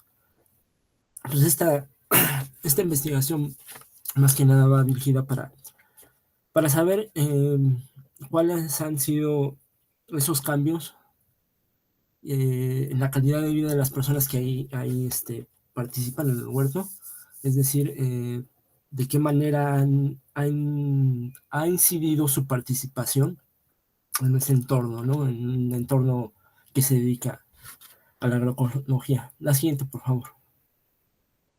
Bueno, como un antecedente, pues la calidad de vida, según Morales y Romero, pues son las condiciones, ¿no? de vida, tanto del individuo, ¿no? Pero hay una forma de verlo tanto subjetiva como objetiva. En la manera objetiva, perdón, la manera subjetiva es todo aquello que percibimos como bien o para bien o para mal, para nuestra vida, nuestra salud, todo eso. La objetividad en la calidad de vida es esta forma de la materialidad, los bienes materiales, con lo que contamos, recursos materiales y todo lo que conlleva ese contexto. La siguiente, por favor. Bueno, haciendo ya un poco más, adentrándonos al tema, pues el planteamiento del problema es encontrar más que nada, más bien el investigar por qué los huertos pueden ser benéficos para la calidad de vida. ¿Por qué? Porque Escobar aquí no lo plantea, que puede ser posible que que los huertos urbanos pueden incidir en la calidad de vida de las personas. También Vargas, que es Gabriela Vargas en este caso, que es directora, por cierto, del huerto de Tlatelolco, nos plantea ahí de que se llevan a cabo varias actividades colectivamente, ¿no? Es decir, lo que se pretende es conocer cómo esas actividades lúdicas, como talleres, como diplomados, hacen la integración de una comunidad, y cómo esa comunidad que sea, ¿cómo se llama? Pues que sea integrado, valga la redundancia, puede llevar a sus participantes a tener un poco más de conciencia en su alimentación, en sus cambios materiales, sus relaciones sociales. La siguiente, por favor. La justificación nos plantea, por ejemplo, la FAO nos indica que los huertos pueden incidir favorablemente a la seguridad alimentaria. Entonces también se busca conocer cómo es que el huerto Tlatelolco puede, dentro de sus actividades, puede incidir a que la población, o mejor dicho, sus participantes, pueden ir cambiando esa manera de alimentación, vaya. Es decir, saber los patrones de alimentación y cómo el participar en un huerto, como es el huerto Tlatelolco, puede incidir en eso, ¿no? En el cambio de alimentación.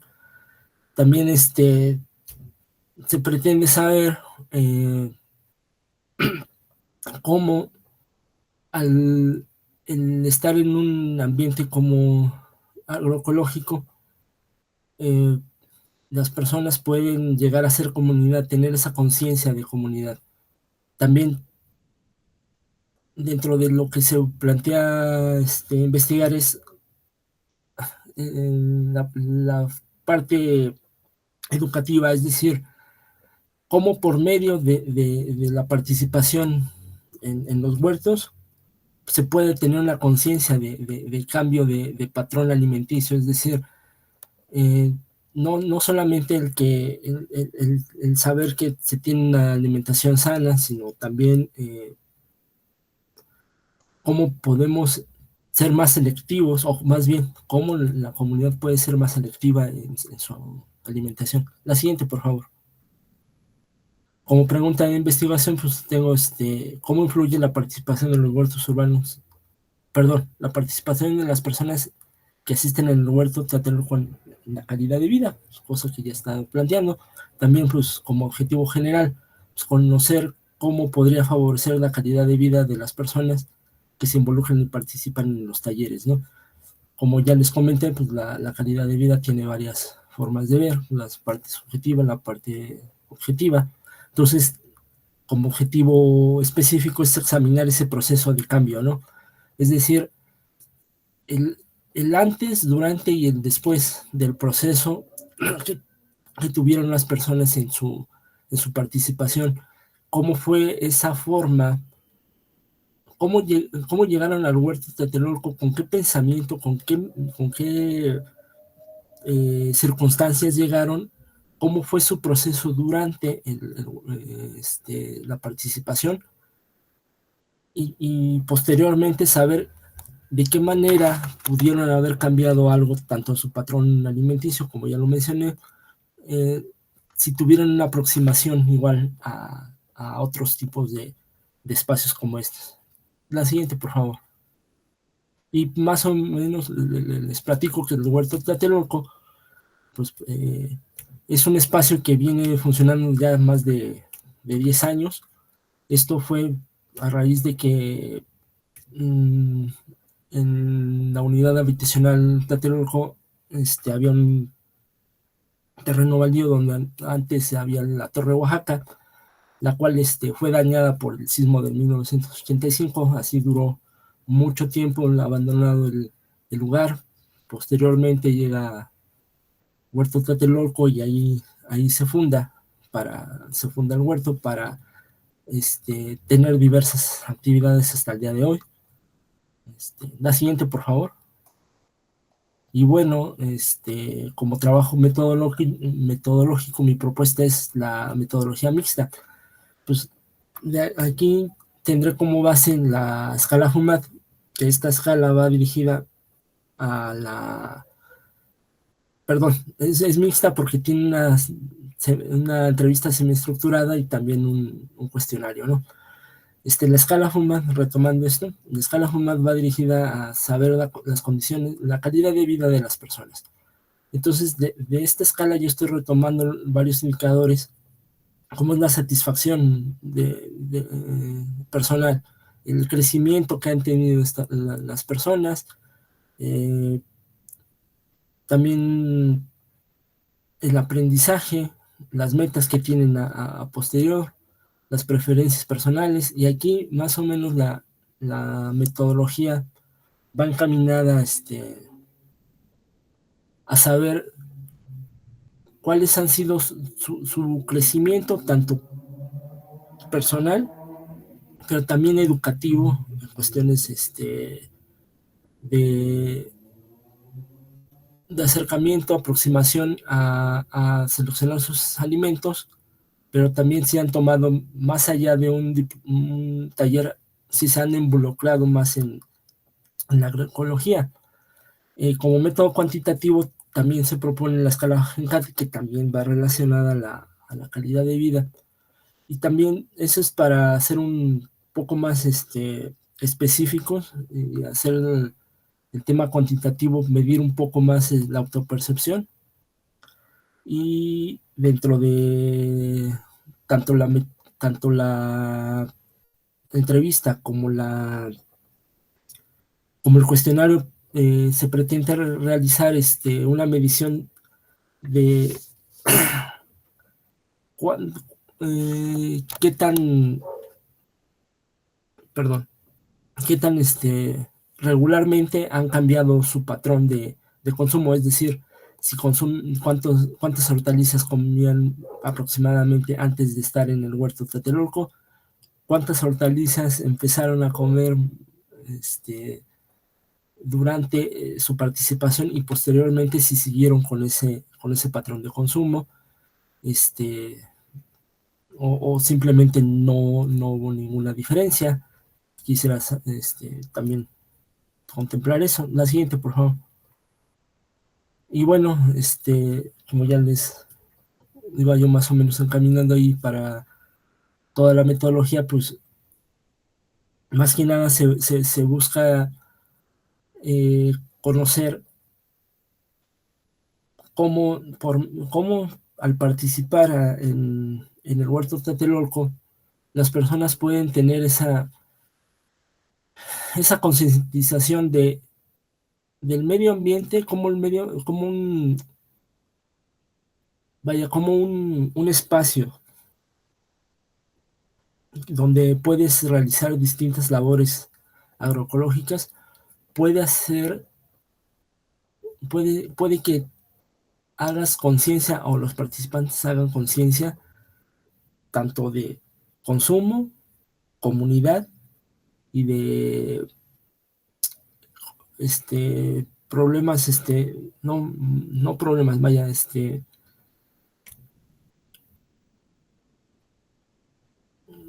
las distintas, las distintas,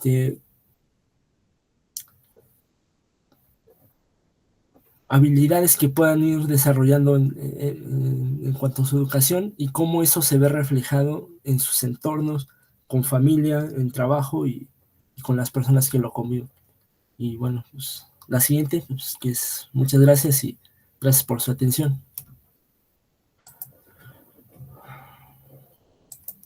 Muchas gracias. Vamos a iniciar con la ronda de retroalimentaciones, iniciando con el doctor París Aguilar, por favor. Gracias, Dante. Gracias, Yolanda.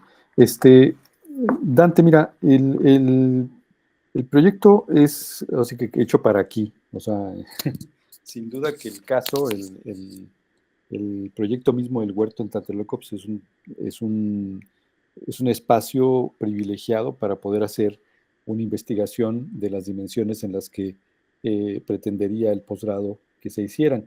Pero hay varias preguntas que me parecen muy importantes, porque nunca me quedó claro ni en la lectura ni en tu exposición el origen de la población que se ocupa del huerto, que trabaja en el huerto, que se beneficia del huerto, porque pasa una cosa, para que tú puedas poder identificar este rasgo de continuidad de cambios en la vida cotidiana de la población que está directamente vinculada con el huerto, tanto en su concepción como en su mantenimiento, como en los beneficios que se obtienen, etcétera, tendría que ser, pues, más o menos la misma población. Incluso si ha pasado una generación a partir de que se fundó, pues también a nivel transgeneracional, pues digamos que debes de tener como los mismos referentes subjetivos para identificar que efectivamente la actividad en el huerto es una actividad que de manera sostenida genera ciertos impactos positivos en la calidad de la vida de la gente. Yo tengo la menor duda, o sea, eso no está, yo creo que eso no es algo que podamos dudar, pero sí es importante identificar en qué sentido, en qué niveles, qué tanto se puede cuantificar de ello, qué tanto solamente es cuestión perceptual, pero necesitas que tu población tenga un rasgo de continuidad, ya sean que los mismos estén trabajando desde que se originó el proyecto hasta la fecha y que se han ido agregando familias, pero estas familias se han mantenido constantes en su relación con el huerto, y entonces sí poder hablar de la cuantificación y la calificación de los beneficios que la relación con el huerto trae. De otra manera es muy complicado, es decir, pasaría más bien como por el anecdotario de, pues yo estuve ahí 5 años y luego ya me aburrí, yo estuve ahí, pero me tuve que ir a trabajar, etcétera, porque hay una parte muy importante, toda esta discusión de los huertos urbanos es, como tú seguramente lo sabes, toda una discusión de todo tipo, técnica, política, ideológica, de subsistencia, de estrategia de subsistencia, y no es casual, o sea, porque sí genera una polémica muy importante como transformar la vocación consumidora de una ciudad como la Ciudad de México en un espacio de producción de alimentos es un reto por donde lo veas. Y el ejercicio que están haciendo en Tlatelolco no es un ejercicio menor, al menos desde mi punto de vista, viéndolo como una expresión de la cultura que busca de alguna manera estrategias de subsistencia alternas, pero que en el intento igual pues puede fallar, ¿no? Digo, no es mi deseo, pero pues igual puede fallar. Yo pienso, siempre que hablo de estos casos con mis estudiantes en las distintas oportunidades que tengo de hacerlo, yo siempre pienso y les planteo el problema. Se han puesto a pensar en el tema de la curva de aprendizaje que implica aprender a dominar el cultivo de alimentos en una ciudad tan compleja como es la Ciudad de México, y luego una vez que dominas la curva de aprendizaje, ¿quién se va a dedicar? O sea, si la actividad productiva en la Ciudad de México no es exactamente, o sea, la vocación productiva no está centrada en la producción de alimentos, ¿quién se va a dedicar realmente a generar que este proyecto sea un proyecto sostenido a lo largo del tiempo, que te permite entonces medir estas variables que tú quieres medir, ¿no? No te digo que eso sea el caso del huerto Tlatelolco, te digo como a nivel de reflexión que es de contexto sobre la lógica de este tipo de iniciativas que creo que de pronto se construyen mucho sobre la idea de una buena voluntad, de la buena voluntad y del ejercicio, digamos, solidario, pero la ciudad es tremendamente egoísta y tremendamente absorbente. Entonces, aquel que está en la ciudad sin hacer nada termina fulminado, ¿no? Entonces me refiero que no se dedica a lo que la ciudad le impone, de pronto está ante una víbora de 1000 cabezas, ¿no?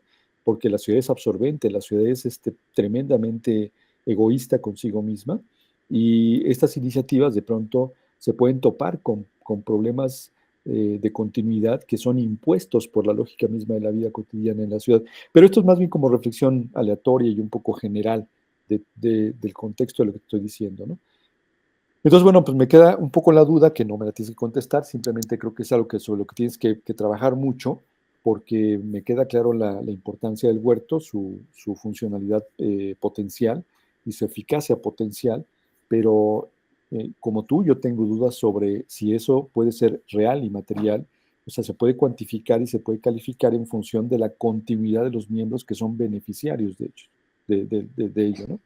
Porque no es el único ejemplo el de Tlatelolco, hay en muchos lugares de la ciudad iniciativas parecidas, unas que han fracasado, unas que pues, aparecen nada más mientras la gente está de vacaciones y luego se les olvida, pero hay muchos intentos de esto, ¿no? Y son muy dispares. Pero claro, el Tlatelolco yo tengo entendido que además es de los que han tenido más permanencia y han tenido mayor éxito. Incluso creo que tienen un tianguis, ¿no? Que organizan eventualmente por ahí, y bueno, eso es muy importante y todo lo demás, pero creo que a nivel ya de objeto de investigación, los retos son mucho más complejos que nada más tener el testimonio de su existencia y de su permanencia, porque para poder evaluar su eficacia necesitas tener este elemento de continuidad, ¿no? Que es importante que si lo tienes, tienes que documentarlo muy bien para poder tener los elementos, exponer los elementos que te permitan decir, tengo toda esta población que lo ha vivido a lo largo del tiempo, que ha transformado su vida cotidiana para poderlo atender y que ha replanteado su esquema de producción y su esquema de vida en la ciudad para dedicarle el tiempo necesario al huerto, de manera que redunda en beneficios que constan de esto y aquello, ¿no? Nada más sería eso, Dante, muy amable, gracias. Muchas gracias. Vamos a continuar con la retroalimentación de la doctora Diana Trevilla, por favor. Gracias, Dante. Me gusta mucho tu trabajo, me parece muy relevante. Creo que solo como sugerencia también a la hora de presentar, como que te sientas más seguro de lo que estás presentando, porque creo que en el texto sí lo tienes como muy claro. Y yo creo que en general has leído bastante y has construido una propuesta, pero a la hora de platicarlo hay mucho titubeo. Entonces, no es necesario que haya titubeo porque realmente lo sabes qué es lo que quieres y no tiene que estar ya resuelto, o sea, estás en ese proceso, ¿no? Como de construirlo, pero eso, o sea, es un trabajo importante, es una propuesta innovadora, es algo que sí va a tener como aportes, ¿no? Y sobre todo en el marco de la maestría. Entonces, como que titubea menos y con más seguridad a la hora de presentarnos, ¿no? Y porque también la seguridad te va a dar un ritmo que nos atrape a la hora de escucharte. O sea, porque cuando hay tanta pausa, de repente uno se empieza a perder porque no entiende cuál es la duda, o sea, por qué no hay seguridad a la hora de explicarlo. Y yo leí el texto y la verdad es que sí lo entendí, ¿no? Entonces, esa es una sugerencia muy de percepción de cómo platicar el tema, ¿no? Ahora, se me hace también que es muy bonito pensar en los huertos como algo más allá del objetivo de producción de alimentos, porque también en muchas de las iniciativas que yo conozco de los huertos, el eje central no ha sido garantizar como tal una producción suficiente, porque justo los retos están en el marco de un sistema agroalimentario dominante que no permite esa autosuficiencia, ¿no? Pero que como iniciativas va más allá de la producción y responde mucho a otros beneficios que tiene, ¿no? Como de comunidad, beneficios de cercanía, beneficios de reapropiación, de defensa del territorio, o sea, como que hay un marco más amplio en el que los huertos se están moviendo, ¿no? Y sobre todo los huertos urbanos, porque sí, no hay la dimensión de tierra necesaria para producir alimentos que garanticen la seguridad alimentaria, pero sí hay un montón de otros beneficios y justo ha habido un interés de saber qué otros beneficios nos da tener un huerto. Entonces es importante ver en esta investigación cuál es el objetivo inicial del huerto Tlatelolco, cuál era el fin que se plantearon y cómo se ha ido transformando también este fin, ¿no? O sea, para poder también hacer el match con la parte de la calidad de vida y los indicadores. Sí creo que a la hora ya como de seguirlo poniendo en práctica, tus instrumentos, todo esto, pues te van a ir afinando las categorías que tú vas a utilizar sobre calidad de vida. O sea, como estás hablando de salud, estás hablando de bienestar y de qué tipo de bienestar. O sea, como que eso también creo que se va a ir afinando. O sea, a la hora también ya de escribir la tesis, pues vale mucho cuando uno dice, al final los indicadores a los que yo me apegué fueron estos, estos y estos y por este motivo, ¿no? Entonces, creo que hay una parte muy potente de los huertos urbanos, que es la parte de las relaciones sociales y el sentido de pertenencia como un indicador de calidad de vida, el bienestar emocional. También creo que a veces eso incluso no es necesario involucrarte durante mucho tiempo en un proceso para sentir esa comunidad. O sea, lo digo por experiencia y porque lo he visto en otros huertos. O sea, hay veces, por ejemplo, en el huerto Ecosur, es un huerto pues estudiantil y justo no necesariamente, las maestrías duran 2 años y los doctorados 4, ¿no? Y el huerto tiene más o menos como 8 años.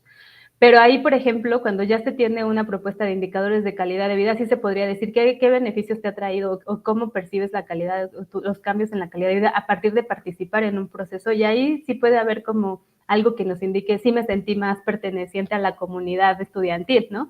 O sí sentí que comprendí el vínculo entre una alimentación sana y las interacciones ecológicas que implica que esa alimentación sana suceda, ¿no? Entonces, como que sí me parece muy potente también por eso tu trabajo. Quizás también algo que yo podría poner es como si solo te apegas a los conceptos de calidad de vida que ya existen, o si se puede plantear una calidad de vida también desde una perspectiva no antropocéntrica, ¿no? O sea, que justo no ve la calidad de vida mía. O sea, cuando yo participo en un huerto ya no solo veo la calidad de vida en términos humanos, o sea, de cómo me beneficia a mí, sino una calidad de vida que esté en diálogo con otras formas de vida no humanas, ¿no? Y que yo aprendo a partir de mi relación en el huerto, que a la vez que estoy contribuyendo a la calidad de otras vidas, se favorece mi calidad de vida, ¿no? También me quedé pensando si estos indicadores de calidad de vida nos pueden ayudar a pensar la calidad de vida en una dimensión colectiva y no solamente individual, ¿no? Porque finalmente los huertos también son un símil de las interacciones necesarias que tiene que haber entre distintas formas de vida, climas, ecosistemas, o sea, unas interacciones socioecológicas importantes, ¿no? Entonces, a grandes rasgos me parece que va a ser un trabajo muy bueno, que también nos va a dar una propuesta que se ha estado buscando y que se sigue construyendo en varios espacios, o sea, justo como medir el impacto de los huertos de maneras más amplias y con indicadores cualitativos, porque a veces se tienen muchos indicadores cuantitativos, o sea, de cuánto se produce, o indicadores muy ecológicos o biológicos. Y acá el componente de la calidad de vida, pues le suma mucho a lo socioecológico, le puede sumar mucho a lo socioecológico. Entonces, pues eso, me gusta mucho y espero luego seguirte leyendo. Muchas gracias a todos. Agradecemos la participación de los estudiantes, así como la participación de los comentaristas y su asistencia a este 8º coloquio de investigación del posgrado de la Universidad Nacional Rosario Castellanos, en el cual se están presentando 450 trabajos de estudiantes en 113 mesas diferentes que serán retroalimentadas por 125 expertos académicos de diversas instituciones de educación superior, tanto nacionales como extranjeras. Les reitero nuestro agradecimiento. Buenas tardes. Otro modo de ser humano y libre, otro modo de ser. Hasta luego.